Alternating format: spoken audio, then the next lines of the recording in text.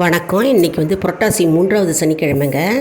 நேற்று நான் இந்த விளக்கு, அதாவது இது சரவணா ஸ்டோர்ஸில் வாங்கினேங்க. 14 ருபீஸ் ஒரு பேரு. தண்ணி ஊற்றி இந்த விளக்கு ஏற்றினா விளக்கு எரியுங்க. ரொம்ப அழகாக இருக்குது இந்த தீபம். வெறும் தண்ணி மட்டும் ஊற்றினா போகிறோம். சூப்பராக பார்த்தீங்களா எவ்வளோ ஸ்பார்க்லிங்காக விளக்கு வந்துடுத்து பாருங்கள்.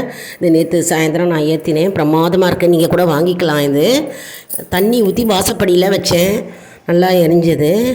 அதே மாதிரி இன்றைக்கி புரட்டாசி 3வது சனிக்கிழமை இல்லையா, இன்றைக்கி மாவிளக்கு போட்டேங்க. அதாவது மாவிளக்கு போட்டு நம்ம வீட்டில் தீபம் நம்ம திருப்பதி வெங்கடாஜலபதியை நினச்சி நம்ம இன்றைக்கி மாவிளக்கு போடணும். திருச்சி கரூர் தாந்தோன்றி மலை கல்யாண வெங்கட்ரமண பெருமாள் தான் எங்களுடைய குலதெய்வம். அவரை நினச்சிட்டோம், திருப்பதி வெங்கடாஜலபதியை நினச்சிட்டோம். நான் மாவிளக்கு போட்டேங்க. வீட்லேயே போட்டேன். அதாவது அரிசி மாவில் வெல்லத்தை போட்டு பிசைஞ்சி மற்றும் அதில் ஏலக்காய் தூள் போட்டு நடுவில் குழி பண்ணி நல்லா நெய் ஊற்றி பிசையணுங்க. பிசைஞ்சி நம்ம அந்த விளக்கை ஏற்றணும். இந்த பாருங்கள், ஏற்றிருக்கேன் பாருங்கள். பஞ்சுத்திரி போட்டு ஏற்றணும். மற்றும் துளசி பூக்களால் அர்ச்சனை பண்ணணும். துளசியால் அர்ச்சனை பண்ணணும். வெத்தலைப்பாக்கு பழம் பூ வச்சு மனதார நம்ம குலதெய்வத்தை நினைச்சு வேண்டி நான் நம்முடைய வேண்டுதல் நினைவேறும். தயிர் சாதம் நைவேத்தியம் வச்சுருக்கேன். பானகம் வச்சுருக்கேன். அதே மாதிரி துளசி தீர்த்தம் வச்சுருக்கேங்க நைவேத்தியத்துக்கு.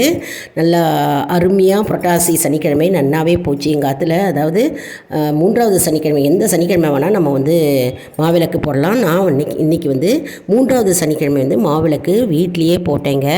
பாருங்கள் அவ்வளோ அழகாக இருக்குது பாருங்கள். இது தானாக குளிரணும். இந்த மாவிளக்கு போட்டோன்னு விளக்கு தானாக குளிர வேண்டும்.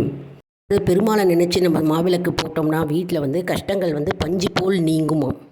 தீய சக்திகள் எதுவும் அண்டாது. மற்றும் தீவினைகள் இருந்தாலும் சரி அது விலகி போகுமாம். புரட்டாசி மாதத்தில் 3வது சனிக்கிழமை நம்ம குலதெய்வத்தை நினைத்து பெருமாளை நினைத்து நம்ம மாவிளக்கு தீபம் வீட்டில் ஏற்றினால் நம்ம பெருமாளுடைய அருளும் நமக்கு கிடைக்கும். மற்றும் பயங்கள் நீங்கும், துன்பங்கள் நீங்கும். வீட்டில் லக்ஷ்மி கடாட்சம் பெருகும். மற்றும் அஷ்ட ஐஸ்வர்யம் பெருகும். மற்றும் வீட்டில் செல்வம் பெருகும்.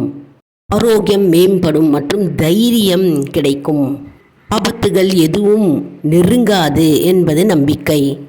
மாவிளக்கு ஏற்றின உடனே கோவிந்தா கோவிந்தா கோவிந்தான்னு எத்தனை முறை வேணாலும் நம்ம சொல்லலாங்க. பகவானுடைய, அதாவது பெருமாளுடைய அருள் நமக்கு பரிபூர்ணமாக கிடைக்கும்.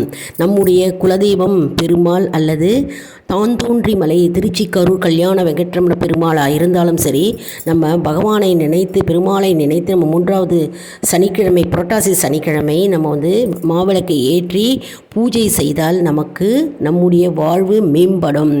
மற்றும் நம்ம இன்றைக்கி விஷ்ணு சஹஸ்ரநாமம் படிக்கலாம். லைக் பண்ணுங்கள், ஷேர் பண்ணுங்கள், சப்ஸ்கிரைப் பண்ணுங்கள்.